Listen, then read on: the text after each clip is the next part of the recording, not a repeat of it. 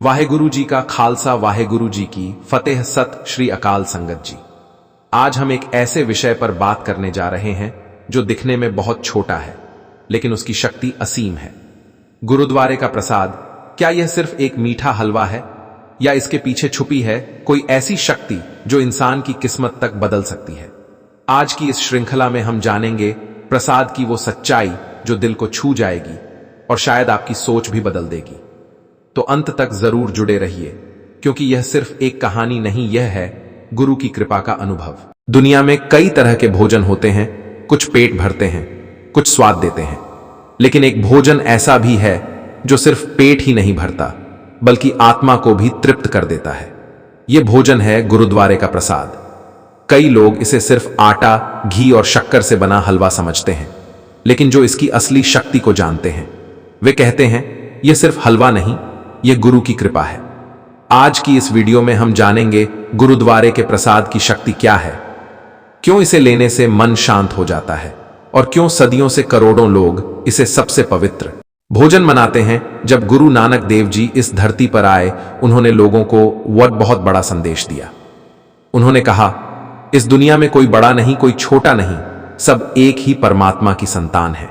उस समय समाज में जाति, ऊंच नीच और भेदभाव बहुत था। कोई गरीब था, कोई अमीर, कोई ऊंची जाति का, कोई नीची जाति का। तब गुरु नानक देव जी ने एक ऐसी परंपरा शुरू की जिसने पूरे समाज को बदल दिया। जब गुरुद्वारे में प्रसाद बनाया जाता है तो वह सिर्फ खाना नहीं होता, उसे बनाते समय सेवा होती है, नाम लिया जाता है और मन में गुरु के प्रति प्रेम होता है। इसीलिए वह प्रसाद बन जाता है। गुरुद्वारे का प्रसाद बहुत साधारण चीजों से बनता है, आटा, घी और शक्कर। लेकिन इन तीन चीजों से बनने वाला यह हलवा दुनिया के किसी भी भोजन से अलग होता है, क्योंकि इसे बनाने वाले लोग सिर्फ रसोइये नहीं होते, वे सेवादार होते हैं। उनके मन में ना लालच होता है, ना अहंकार, बस एक भावना होती है। गुरुद्वारे में जब प्रसाद दिया जाता है तो उसे लेने का भी एक तरीका होता है। लोग दोनों हाथ जोड़कर प्रसाद लेते हैं। यह हमें सिखाता है हम कुछ मांगने नहीं आए, हम कृपा लेने आए हैं। प्रसाद लेते समय सिर झुकाया जाता है, यह हमें नम्रता सिखाता है। कई लोग कहते हैं जब वे दुखी होते हैं और गुरुद्वारे जाकर प्रसाद लेते हैं तो उनका मन अचानक शांत हो जाता है। ऐसा क्यों होता है? क्योंकि प्रसाद सिर्फ शरीर को नहीं, आत्मा को भी छूता है। उसमें सेवा की भावना होती है, संगत की ऊर्जा होती है और सबसे बड़ी बात गुरु की कृपा होती है। गुरुद्वारे का प्रसाद सबको बराबर मिलता है, चाहे कोई राजा हो या गरीब, चाहे कोई किसी भी धर्म का हो। गुरुद्वारे में कोई भेदभाव नहीं होता। यही गुरु नानक देव जी की सबसे बड़ी शिक्षा है। कई बार गुरुद्वारे का प्रसाद ऐसे चमत्कार भी करता है जिस पर विश्वास करना मुश्किल होता है। एक बार एक बहुत गरीब आदमी 3 दिन से भूखा था। वह गुरुद्वारे के बाहर खड़ा था और अंदर से प्रसाद की खुशबू आ रही थी, लेकिन उसे डर था, क्या उसे प्रसाद मिलेगा? उसे नहीं पता था कि उसी दिन उसकी जिंदगी बदलने वाली थी। उसके साथ जो हुआ वह इस कहानी में आगे सुने। बहुत समय पहले की बात है। एक छोटा सा गांव था। उस गांव में एक बहुत गरीब आदमी रहता था। उसका नाम था रघु। रघु बहुत मेहनती था, लेकिन उसकी किस्मत उसका साथ नहीं देती थी। कभी काम मिलता, कभी नहीं मिलता। कभी घर में खाना होता तो कई दिन ऐसा भी होता जब चूल्हा नहीं जलता। धीरे धीरे उसकी हालत इतनी खराब हो गई कि उसके पास खाने के लिए भी कुछ नहीं बचा। एक दिन ऐसा आया जब रघु 3 दिन से भूखा था। उसकी आंखों में कमजोरी थी, शरीर में ताकत नहीं थी और मन में सिर्फ एक ही सवाल था, हे भगवान, क्या मेरी मदद करने वाला कोई नहीं है? उसी समय गांव के रास्ते से कुछ लोग जा रहे थे। वे लोग बात कर रहे थे कि पास के गुरुद्वारे में आज बहुत बड़ी संगत लगी है और वहां प्रसाद और लंगर बांटा जा रहा है। रघु ने यह सुना तो उसके मन में एक आशा जागी, लेकिन अगले ही पल उसके मन में डर भी आ गया। उसने सोचा, मैं बहुत गरीब हूं, मेरे कपड़े फटे हुए हैं, क्या मुझे गुरुद्वारे में जाने देंगे? कुछ देर वह वहीं खड़ा सोचता रहा। फिर उसने मन ही मन कहा, अगर गुरु सच में सबके हैं तो शायद मैं भी अंदर जा सकता हूं। और धीरे धीरे कदम बढ़ाते हुए वह गुरुद्वारे की ओर चल पड़ा। जब वह गुरुद्वारे के पास पहुंचा तो वहां बहुत सारी संगत बैठी थी। सब लोग बड़े प्रेम से कीर्तन सुन रहे थे। गुरुद्वारे के अंदर एक अलग ही शांति थी। जैसे वहां कदम रखते ही मन हल्का हो जाता है। रघु दरवाजे पर खड़ा रहा। उसे समझ नहीं आ रहा था कि अंदर जाए या नहीं। तभी एक बुजुर्ग सेवादार ने उसे देखा। उन्होंने मुस्कुराते हुए कहा, भाई बाहर क्यों खड़े हो? अंदर आओ, यह गुरु का घर है। यह सुनकर रघु की आंखों में आंसू आ गए, क्योंकि शायद पहली बार किसी ने उसे इतने प्यार से बुलाया था। वह धीरे धीरे अंदर गया और संगत में बैठ गया। कीर्तन चल रहा था। शब्दों की आवाज इतनी मधुर थी कि रघु कुछ देर के लिए अपने सारे दुख भूल गया। कुछ समय बाद अरदास हुई और फिर संगत में प्रसाद बांटना शुरू हुआ। सेवादार एक बड़े से बर्तन में प्रसाद लेकर आ रहे थे। जब सेवादार रघु के पास पहुंचे तो उन्होंने उसके हाथों में भी प्रसाद रख दिया। रघु ने दोनों हाथों से प्रसाद लिया। उसने अपने जीवन में बहुत तरह का खाना खाया था, लेकिन उस दिन उसे जो प्रसाद मिला वह उसे दुनिया का सबसे मीठा भोजन लगा। जैसे ही उसने प्रसाद खाया, उसके मन में एक अजीब सी शांति आ गई। उसकी आंखों से आंसू बहने लगे। उसे लगा जैसे उसके सारे दुख हल्के हो गए हों। उस दिन रघु ने पहली बार महसूस किया, गुरु का प्रसाद सिर्फ भोजन नहीं होता, यह दिल को सुकून देने वाली कृपा होती है। प्रसाद खाने के बाद वह लंगर हॉल में गया। वहां अमीर, गरीब, छोटे बड़े सब एक ही पंक्ति में बैठकर भोजन कर रहे थे। किसी को किसी से कोई फर्क नहीं था। रघु को यह देखकर बहुत आश्चर्य हुआ, क्योंकि उसने पहली बार ऐसी जगह देखी थी जहां सभी लोग बराबर थे। उस दिन उसने पेट भरकर लंगर खाया, लेकिन उससे भी ज्यादा उसका दिल भर गया। लंगर खत्म होने के बाद वह बाहर जाने लगा। तभी वही बुजुर्ग सेवादार फिर उसके पास आए। उन्होंने पूछा, भाई कहां रहते हो? रघु ने अपनी पूरी कहानी उन्हें बता दी। उसकी हालत सुनकर सेवादार ने कहा, अगर तुम्हें काम की जरूरत है तो गुरुद्वारे में सेवा कर सकते हो। रघु ने तुरंत हां कर दी। अगले ही दिन से उसने गुरुद्वारे में सेवा शुरू कर दी। कभी वह जूते संभालता, कभी बर्तन धोता, कभी लंगर में मदद करता। शुरू में लोग उसे एक साधारण सेवादार समझते थे, लेकिन धीरे धीरे उसके अंदर एक बदलाव आने लगा। उसका चेहरा पहले से ज्यादा शांत हो गया। उसका मन पहले से ज्यादा खुश रहने लगा, क्योंकि अब वह सिर्फ अपने लिए नहीं, गुरु की सेवा के लिए जी रहा था। कई महीने बीत गए। एक दिन गांव के एक व्यापारी गुरुद्वारे आए। उन्होंने देखा कि रघु बहुत ईमानदारी से सेवा कर रहा है। व्यापारी ने उससे पूछा, क्या तुम मेरे साथ काम करना चाहोगे? रघु ने कहा, अगर काम ईमानदारी का हो तो जरूर। व्यापारी ने उसे अपने साथ काम पर रख लिया। रघु मेहनती था, ईमानदार था, इसलिए धीरे धीरे उसका जीवन बदलने लगा। कुछ सालों बाद वही रघु, जो कभी 3 दिन भूखा था, अब अपने गांव के गरीब लोगों की मदद करने लगा। लेकिन उसने एक चीज कभी नहीं छोड़ी। हर हफ्ते वह गुरुद्वारे जाता और सबसे पहले प्रसाद लेता, क्योंकि वह हमेशा कहता था, मेरी जिंदगी बदली है तो सिर्फ गुरु के प्रसाद की वजह से। रघु की कहानी हमें एक बहुत बड़ी सीख देती है। कभी कभी भगवान हमारी मदद सीधे चमत्कार से नहीं करते। कभी कभी वह हमें एक छोटा सा प्रसाद देकर हमारी पूरी जिंदगी बदल देते हैं। गुरुद्वारे का प्रसाद हमें सिर्फ मिठास नहीं देता, यह हमें सिखाता है नम्रता क्या होती है, सेवा क्या होती है और बराबरी क्या होती है। जब हम प्रसाद लेते हैं तो हम सिर्फ हलवा नहीं लेते, हम गुरु की कृपा लेते हैं। और शायद यही कारण है कि सदियों से लाखों लोग कहते हैं, गुरुद्वारे का प्रसाद दिल को शांति देता है, दुख को हल्का कर देता है और इंसान को सही रास्ता दिखा देता है। लेकिन यह कहानी यहीं खत्म नहीं होती, क्योंकि इतिहास में ऐसे कई प्रसंग हैं जहां गुरुद्वारे के प्रसाद ने लोगों के जीवन में अद्भुत परिवर्तन किए। ऐसी ही एक सच्ची घटना हम आगे जानेंगे, जहां गुरु की कृपा से एक घमंडी आदमी का दिल बदल गया। बहुत समय पहले की बात है। एक बड़ा शहर था। उस शहर में एक बहुत अमीर व्यापारी रहता था। उसका नाम था सेठ हरिदास। सेठ हरिदास के पास धन की कोई कमी नहीं थी। बड़े बड़े मकान, बहुत सारी दुकानें और शहर में उसका बहुत नाम था। लेकिन उसके अंदर एक बहुत बड़ी कमी थी। उसे अपने धन का बहुत घमंड था। वह हमेशा सोचता था, इस दुनिया में पैसा ही सबसे बड़ी ताकत है। वह गरीब लोगों को अपने पास खड़ा भी नहीं होने देता था। अगर कोई गरीब उसके पास मदद मांगने आता तो वह उसे डांटकर भगा देता। लोग कहते थे, सेठ जी के पास बहुत धन है लेकिन दिल बहुत छोटा है। एक दिन शहर में चर्चा फैल गई कि एक महान संत शहर के गुरुद्वारे में आए हैं। उनकी वाणी सुनने के लिए दूर दूर से लोग आ रहे थे। सेठ हरिदास ने भी यह बात सुनी, लेकिन उसने हंसते हुए कहा, संत और साधु लोगों के लिए होते हैं, मेरे पास समय नहीं है। कुछ दिनों बाद उसके एक मित्र ने कहा, सेठ जी चलो गुरुद्वारे चलते हैं, वहां कीर्तन भी है और प्रसाद भी मिलता है। सेठ हंस पड़ा। उसने कहा, मुझे प्रसाद की क्या जरूरत, मेरे घर में इससे 1000 गुना अच्छा खाना बनता है। लेकिन मित्र के बार बार कहने पर वह एक दिन गुरुद्वारे चला गया।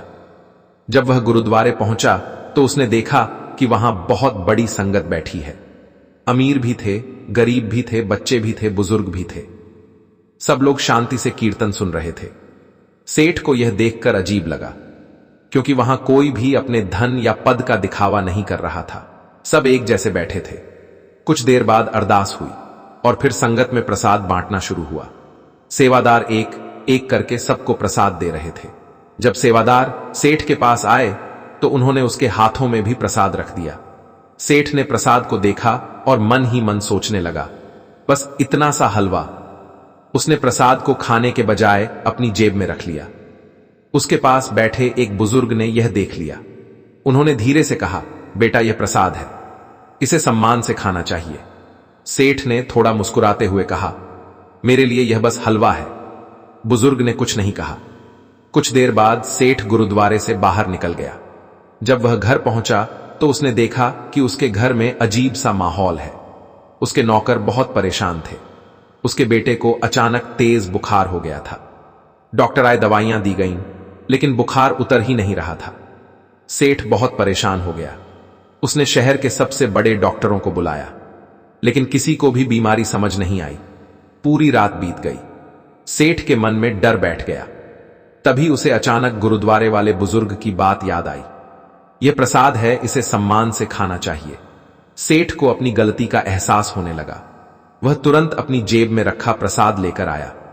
उसने हाथ जोड़कर कहा, हे गुरु, अगर मुझसे गलती हुई है तो मुझे माफ कर दो।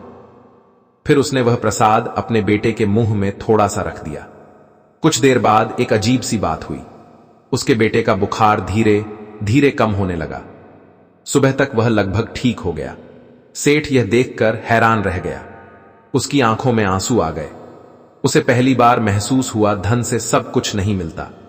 कुछ चीजें ऐसी होती हैं जो सिर्फ कृपा से मिलती हैं। अगले ही दिन सेठ हरिदास गुरुद्वारे पहुंचा। वह सीधे उस बुजुर्ग के पास गया और उनके चरणों में झुक गया। उसने कहा, मुझे माफ कर दीजिए, मैं बहुत घमंडी था। बुजुर्ग मुस्कुराए।